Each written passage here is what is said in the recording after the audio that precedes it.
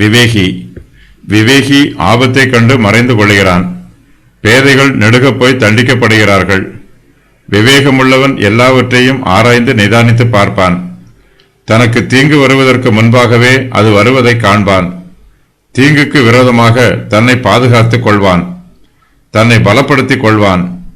வானத்திலே மேகங்கள் ஒன்று கூடும்போது அது மழை வருவதற்கு அறிகுறியாக இருக்கிறது. நம்முடைய ஜீவியத்தில் நமக்கு பல பிரச்சனைகளும் ஆபத்துகளும் புயல் போன்ற துன்பங்களும் வரலாம். விவேகி ஆபத்தை கண்டு மறைந்து கொள்கிறான்.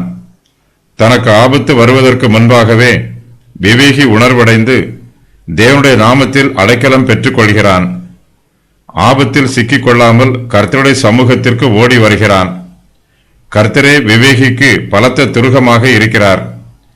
கர்த்தருடைய பிரசன்னத்தில் அடைக்கலம் பெற்றுக் கொள்ளும் போது ஆபத்து நம்மை அணுகுவதில்லை. பேதைகள் எல்லா வார்த்தைகளையும் நம்புவார்கள், எச்சரிப்பாய் இருக்க மாட்டார்கள். அவதூறான வார்த்தைகளையும் பொய் வார்த்தைகளையும் ஏளன வார்த்தைகளையும் தூஷண வார்த்தைகளையும் நம்புவார்கள். பேதைகளுக்கு எச்சரித்தாலும் அவர்கள் உணர்வடைய மாட்டார்கள். தங்களை எச்சரிக்கிறவர்களை நம்பவும் மாட்டார்கள். இப்படிப்பட்டவர்கள் ஆபத்துக்களில் சிக்கிக் கொள்கிறார்கள். அவர்கள் நெடுகப் போய் தண்டிக்கப்படுகிறார்கள்.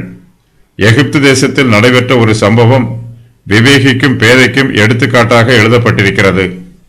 பார்வோனுடைய ஊழியக்காரரில் எவன் கர்த்தருடைய வார்த்தைக்கு பயப்பட்டானோ அவன் தன் வேலைக்காரரையும் தன் மிருக ஜீவன்களையும் வீடுகளுக்கு ஓடிவர பண்ணினான். எவன் கர்த்தருடைய வார்த்தையை மதியாமற் போனானோ அவன் தன் வேலைக்காரரையும் தன் மிருக ஜீவன்களையும் வெளியிலே விட்டுவிட்டான். யாத்திராகமம் 9:20-21.